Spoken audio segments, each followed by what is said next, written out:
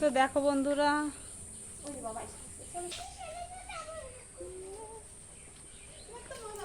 বন্ধুরা, আমরা এখন কাকা শ্বশুর বাড়ি যাচ্ছি। যাই দেখি ওখানকার কি অবস্থা।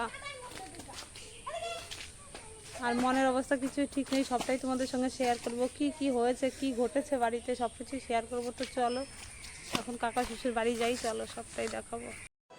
তো দেখো বন্ধুরা, এই যে কাকা শ্বশুর বাড়ি গেছিলাম। কাকা শ্বশুরের বাড়ির পাশে এই দেখো মাঠগুলোতে, আর আমাদের এখানে দুদিন ধরে প্রচণ্ড বৃষ্টি হচ্ছে। দেখো বৃষ্টির জল কি অবস্থা, আমার মনে হচ্ছে বন্যা হয়ে গেছে। আর কি কারণে কাকা শ্বশুর বাড়িতে গেছিলাম পাশেই, সবটাই তোমাদের আগেই বলেছি যে পরে শেয়ার করব।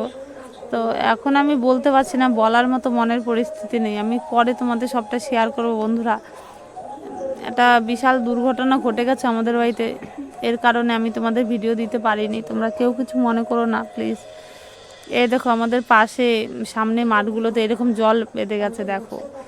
আর এটা একটা আমার দেওরের ছেলে, ও কলা গাছ দিয়ে ভেলা তৈরি করছিল, সেটাই দেখছিলাম দাঁড়িয়ে। দেখো মানে এতটা জল হয়ে গেছে, দেখে মনে হচ্ছে পুরো বন্যা হয়ে গেছে, চারিদিকে সমুদ্রের মতো ঢেউ খেলছে দেখো।